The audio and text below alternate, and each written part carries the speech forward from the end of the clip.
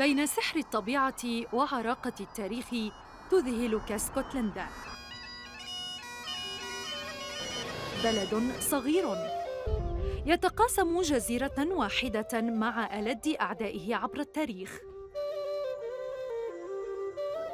خصوصيته طاغية وثقافته خالدة،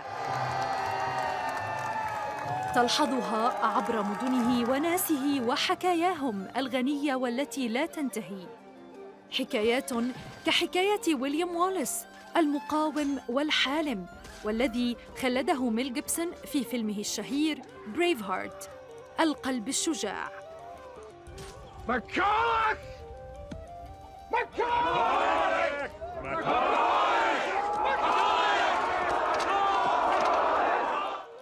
وربما هذه هي الصفة الأبرز لوصف اسكتلندا: الشجاعة. الشجاعة في الحفاظ على الإرث والنضال ورفع الصوت عالياً للاختلاف والتفرد، من أبسط الأمور إلى أكثرها تعقيداً. في لقاءاتنا مع الاسكتلنديين طرحنا عليهم سؤالنا الواضح: ما الذي يجعل من اسكتلندا اسكتلندا؟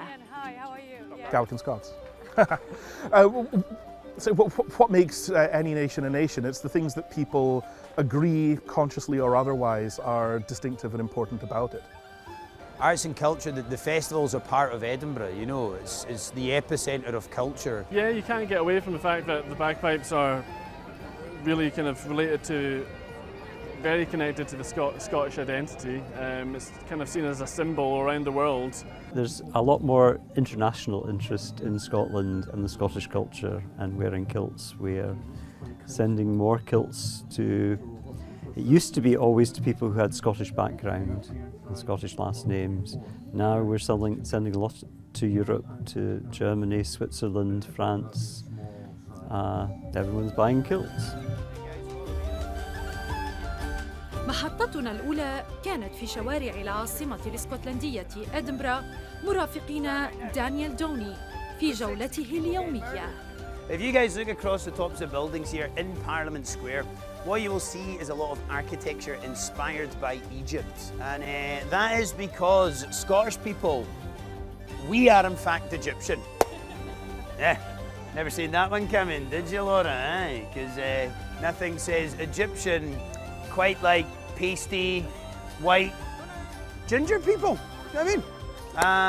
Don't know what to say to you guys. Basically, what happened was 3,000 years ago, an Egyptian princess by the name of Scotia, she came over to Scotland. When she came to Scotland, she took with her a 156 kilogram lump of sandstone. As you do, Arthur. Do you know what I mean? Like, this is back in the days before you were restricted to 22 kilograms of luggage. You could take as much as you wanted back then. Brilliant. Thanks, guys.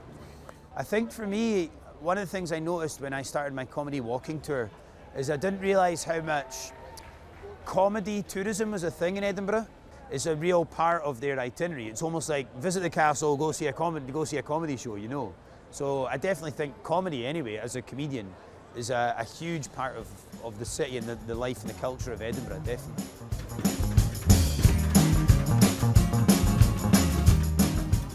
في اسكتلندا عموماً وإدنبرا خصوصاً مهرجانات فنية وأدبية وفكرية لا تعد ولا تحصى، كمهرجان فرنج السنوي الذي التقينا خلاله دانيال دوني. Names tell you, the names of William Burke and William Hare. مهرجانات عريقة تستقطب الفنانين وهواة الفن من كل أنحاء العالم. Am I close enough to the camera? Can you see me?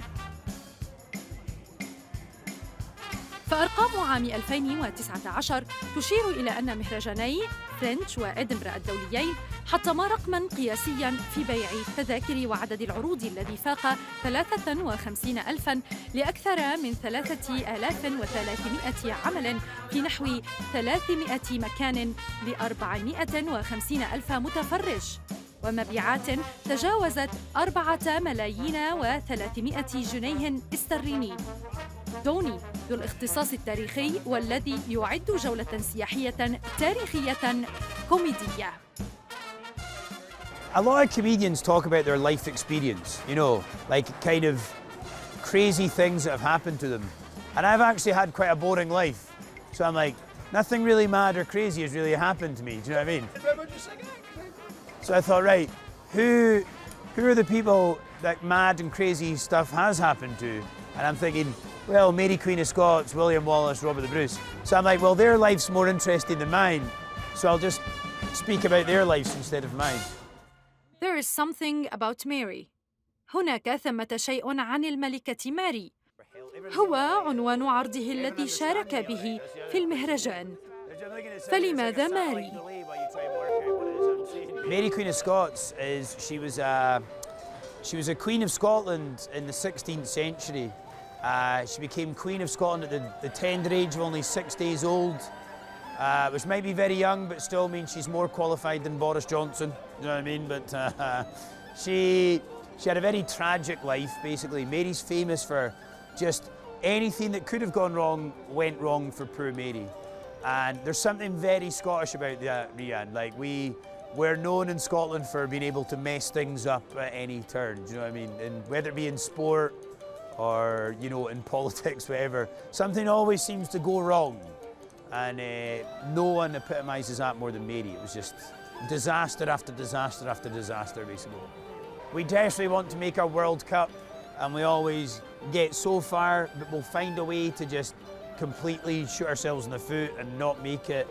I think as well with the independence referendum as well, with independence, there's something very Scottish about, no, we could do it, but we won't do it, and you know what I mean? It's part of our psyche, yeah. We call it glorious failure in Scotland, and a lot of our history is about these glorious kind of failures. للتاريخ حكايات تنعكس على الحاضر. التاج البريطاني بالأحرى الإنجليزي مثال. فبالرغم من حرص العائلة المالكة على التواجد الدائم في اسكتلندا، إلا أن المناخ العام في البلاد لا يوحي بدعم الملكية لا من قريب ولا من بعيد. We're in Scotland, we're definitely not identified by the monarchy. I wouldn't say that is in any way a part of our cultural identity. But for this has been the case for centuries. Like a big part of Scottish history is the monarch here in Scotland is just another member of the population, really. Like they were an approachable member of society for centuries, whereas England, they're kind of this anointed kind of person who's up there. We have a very different relationship with the kind of monarchy. The Westminster has to recognise Scotland's unique culture and history, which they're not doing a very good job of at the moment. And until they recognise that, this is a separate country that is supposed to be in a union, these problems are always going to come up again and again and again. Our history is a huge part of who we are. It's very separate from England or Wales or other parts of the United Kingdom, I think that they, in order to convince people to stay in a union, they have to respect that history.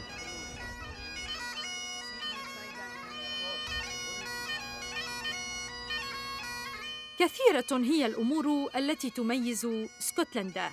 الموسيقى مثلاً.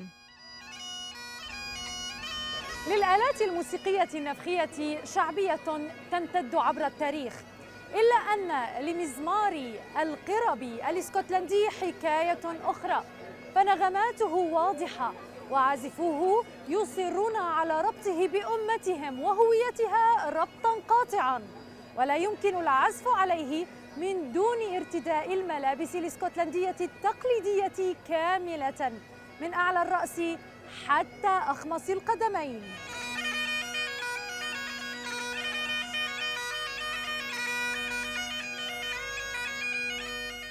It's a very physically demanding instrument to play. So you have a lot of breath, so there's a lot of blowing into the bag, and then you've got to squeeze the bag, and then you kind of, by blowing and squeezing, keeping the instrument going, and then you've also got to be playing the tune as well. So yeah, it takes a lot of stamina and physical strength to play. Yeah. The Great Highland Bagpipes definitely have a very strong connection with Scotland. The origins of the pipes in Scotland are still kind of debated, but yeah, I guess they arrived in Scotland at some point and we kind of really made them ours. We've used them, you know, in battle, you know, to kind of scare off our enemies, and we use them in pipe bands. You know, there's a really strong culture of piping going way back. So, and yeah, as you can see, you know, here in the streets of Edinburgh, you don't have to go far to find a piper. You know, it's still alive and it's still an evolving tradition today. Lots of young pipers, you know, doing new things with it, and yeah, bagpipes are played at a lot of weddings, funerals, you know, big events. Still very much used for that kind of thing. You want to make a big impression, big statement. You know, you can't go far wrong with a distinctive sound of the bagpipes.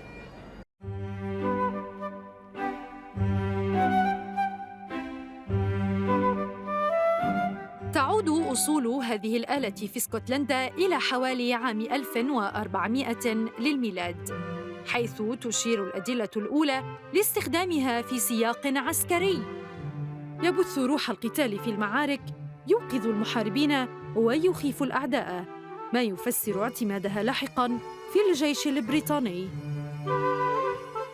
وبالرغم من ارتباطها التاريخي بالمعارك بما فيها الحربان العالميتان الأولى والثانية، إلا أن كثيرين يرون فيها آلة للسلام، سواء عزفت فردياً أو جماعياً.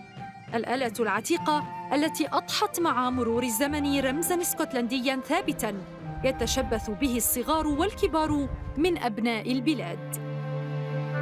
I was taught at school, at school we had a bagpipe tutor.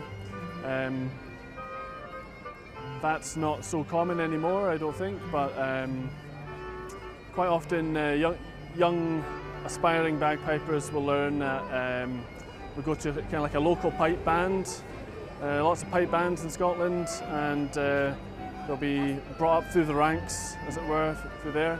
But you get lots of different types of bagpipes all around the world, all over Europe and elsewhere. But yeah, these are the great Highland bagpipes, the biggest and the loudest and probably the most well known, yeah.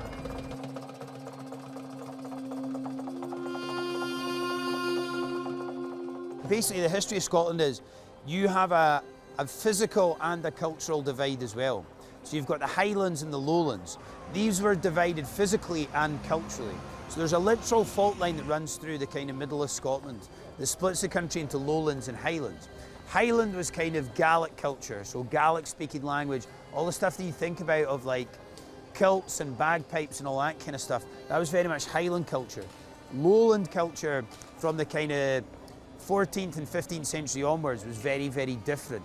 What you had down here was you had Protestantism instead of Catholicism, or Presbyterianism instead of Episcopalian, so different religion and different language as well. So they're almost like two separate countries in the same country. So they would rarely even be able to communicate with each other, Highlanders and Lowlanders. So yeah, really interesting divide between kind of Highland and Lowland.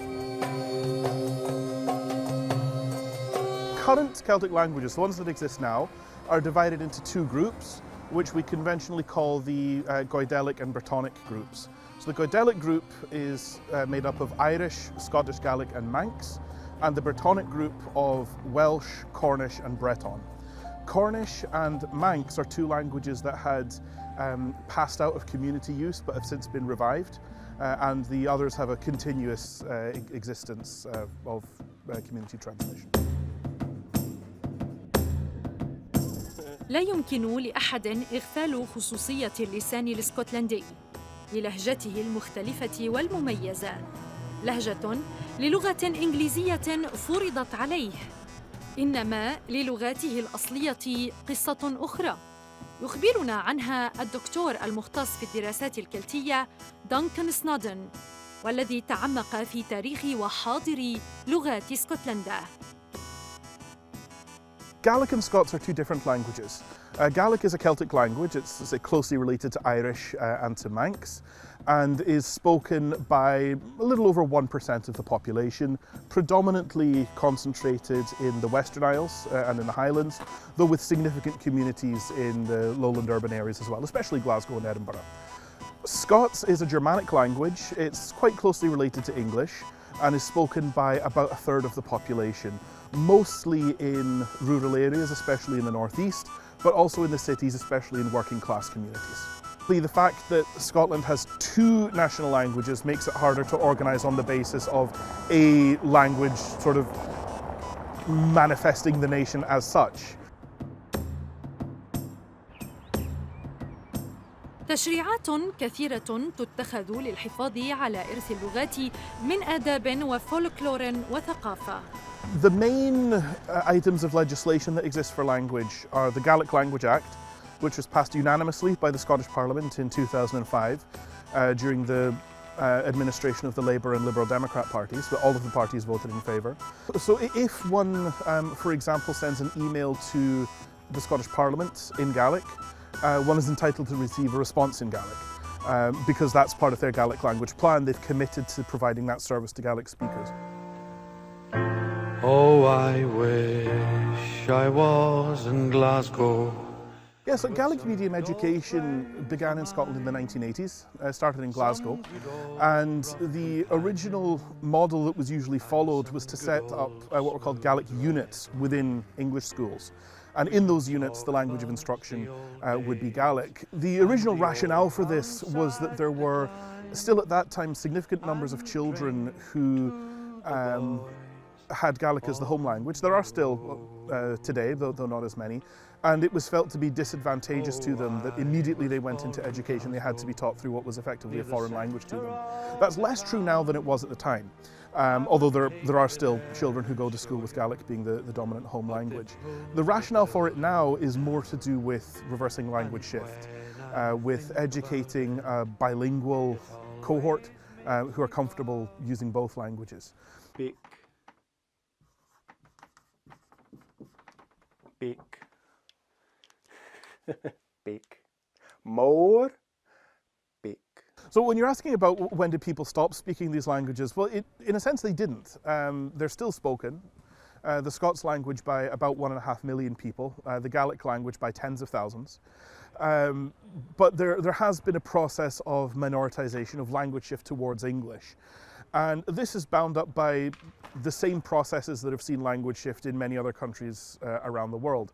It's the processes of state formation, state bureaucratization, the centralizing policies of education and of civil administration, and of the growth of the capitalist economic system as well.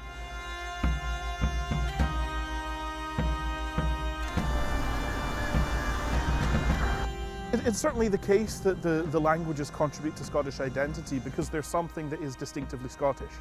Although there are Scots speakers in, for example, Northern Ireland and diaspora Gaelic speakers in particularly Canada, they're nevertheless seen to be something which is distinctively Scottish, something which has contributed to the sense that Scotland is a nation, and it's a nation that contains different cultures within it. It has, between the two languages, Scots and Gaelic, has contributed greatly to our body of literature, of music, of song, and of things like phrases, things like place names, personal names, nicknames that people have. So that even if people don't speak either of these languages, and remember they are both minority languages, they'll nevertheless know place names. They'll know, might even be their own personal names that have these in them. And so they're seen to be something that is bound up into the fabric of what makes Scotland, Scotland. لا يخفى على أحد أن لاسكتلندا طابعاً خاصاً يتسم بالأصالة والتفرد. فالزي الاسكتلندي التقليدي الذي يميز رجالها يمثل بعضاً من هويتها. فما هي قصته؟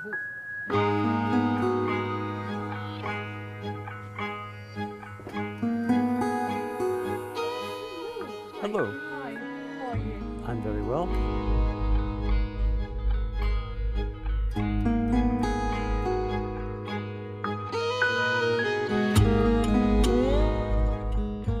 So this is all entirely hand-stitched, needle and thread. There's no, the only bit of sewing machine touches this is the one side of the waistband. The rest of it is all done with a needle and thread. So all sewn by hand. 7.5 meters of cloth.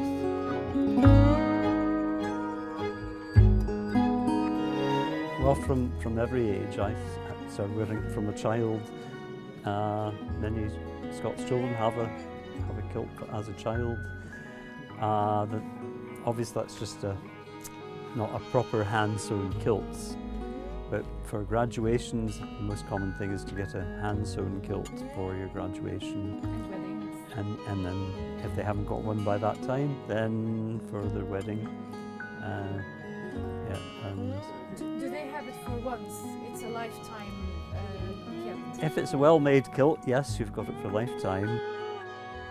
So what happens when someone comes to buy a kilt? Well, normally, if they've got a Scottish last name, or we check to see if they've got a Scottish last name, and then we'll look it up in one of the books to see which clan they come from or which district, because there are both family tartans, clan tartans, and district tartans. So if the name has come from Scotland, we can give them tartan. We also do Irish district tartans, Welsh family tartans, and district tartans, like all the American states have tartans, all the Canadian provinces have tartans, Australia has a tartan. So there's... If I tell you a Welsh name, would you be able to tell me? Yes. Davis?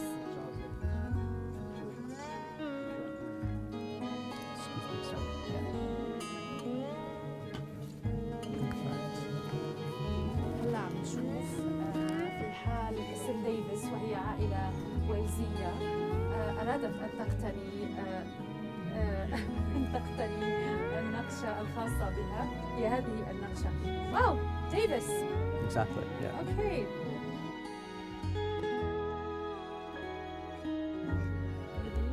Yeah, so the clans are listed here, and then all the names that are under each clan. And so you'd said Napier, so under Scott, you'll find Napier.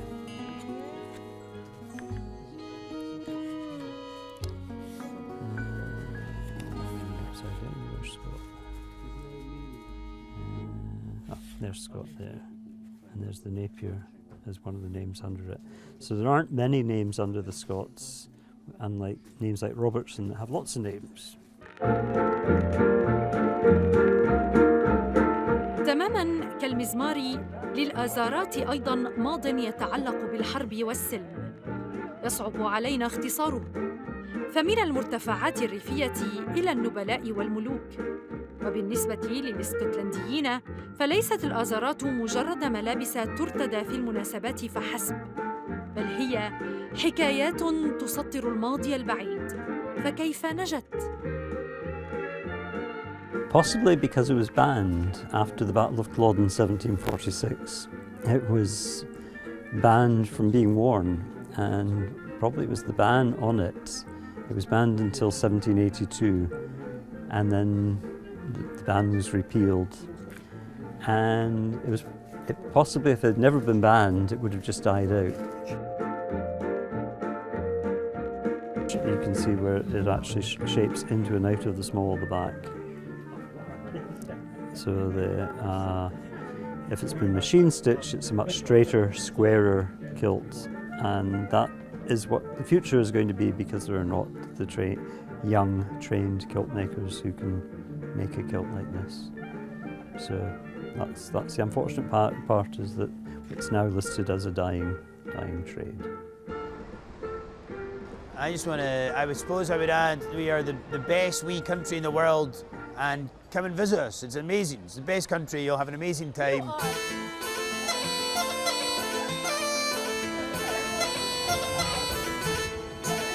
لإدنبرا روح يعرفها زوارها وساكنوها، روح موصولة بجميع المدن الاسكتلندية، تبوح بأسرارها، بماضيها العظيم والأليم في آن، روح تخبر عن إصرارها المستمر، عن طيبتها وأنفتها وعنفوانها.